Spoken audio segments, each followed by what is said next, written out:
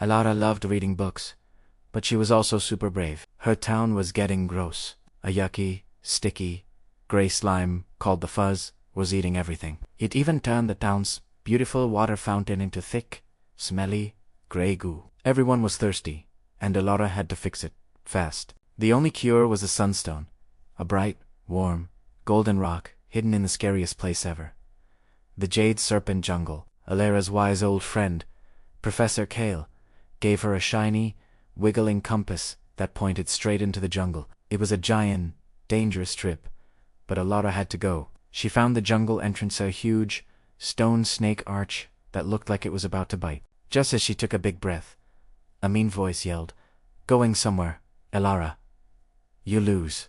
It was Varkos, a clumsy bully, who only wanted treasures for himself. He held the other half of the magic compass. "I need the Sunstone to save everyone," Elara shouted, holding her knife. Varkos just laughed. "I want to be super powerful. I'm locking this door forever." He pulled out a rattling chain and started wrapping it around the arch. Elara didn't wait. She grabbed her knife and chop.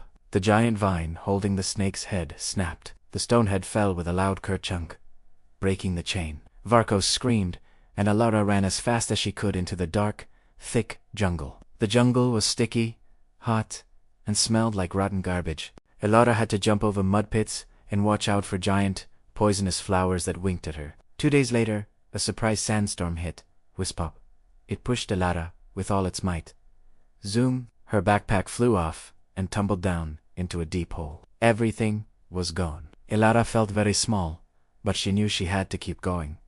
Suddenly, she heard a squeak. She found a friend. His name was Kith, a small, quick jungle man, caught in a rope trap. He was tiny and helpful, like a clever monkey. Elara cut him free with a snip. "I know all the secret paths," he whispered. Elara smiled, big she had a buddy. Kith showed her which mushrooms were safe to eat, and pointed out Varkos's mean traps hid in ropes and sticky nets, proving the bully was still chasing them. Soon, they reached a huge, black wall. The Sunstone city was hidden inside. Kith looked at the funny carvings and said the final door was under the river, and it needed a super brave move to open. But before they could plan, Varkos jumped out. It was sweaty, grumpy, and held a big, shiny dagger. "The door opens now, and I'll go in first," he snarled. Varkos rused Elara but Kith jumped right between them. "Goila," Kith yelled, pointing to the river. "Be brave, your kind heart will win." The water below began to shake and bubble. A hidden archway opened up. Kith's brave choice had worked the magic. Elara gave Kith a quick hug and dove into the cold, black river tunnel. She could hear Varkos yelling "Newell." Behind her, the tunnel spat Elara out into a huge, quiet room made of bright green jade. And there it was. On a tall stone table, the sunstone pulsed with a soft, warm, golden glow. It was beautiful. Varkos burst out of the tunnel, covered in mud. He ran at the stone, eyes wide with greed. "Stop, It only likes nice people," Elara warned. Varkos screamed, snatching the stone. "ZZZTT! Crackle!" The sunstone zapped his selfish heart. He dropped it and jumped back. Elara carefully wrapped the sunstone in Kith's scarf. The sunstone felt her good heart and calmed down. But Varkos was still mad. He slammed his foot on the stone table. Rumble! The roof began to crumble.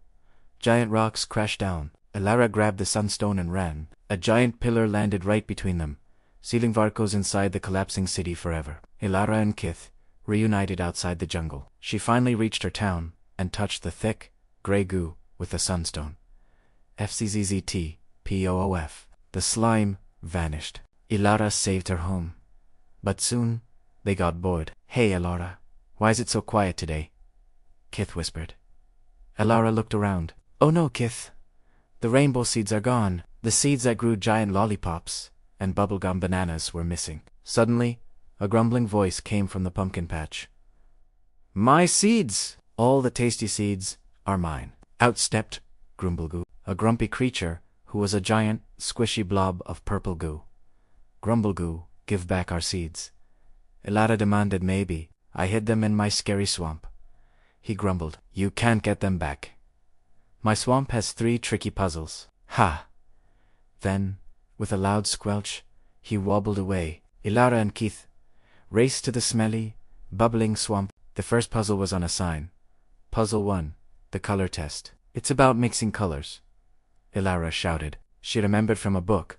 Purple is made from mixing a lot of blue and a little of red. Kith grabbed a blueberry and a small red berry and mashed them on the sign. Bloop! The spot turned bright purple. Whoosh! A secret door opened. The second puzzle was a wobbly bridge. The sign said, Puzzle 2, the weight tests. I like numbers that skip 2 steps for me. If I say 2, you must only step on 5 and 8. They started at 1, skip 2, 3. Step on 4, skip 5, 6. Step on 7, skip 8, 9. Step on 10. They carefully stepped on 4, then 7, then 10. Sproing, the bridge held tight. The final puzzle was in front of Grumble-Goo's cave. You're too smart, Grumble, but you can't solve this one. The silliest puzzle. I like to feel strong and loud, but I'm only afraid of one thing. What makes even a Grumble-Goo go yikes and run away? Elara thought. Grumble-Goo is gooey and loves smelly things. I know! Elara yelled. He's scared of soap and bubbles. Grumble-Goo's yellow eyes got wide. Yikes. Clean? I hate clean things. Elara tossed her water onto the ground. Kit smashed fizzy pop berries into the wet spot. FCZ, ZZ. The spot exploded in giant, soapy bubbles. AAAAAH. Soapy. Grumble-Goo screamed and ran away. Elara and Kith grabbed the rainbow seeds.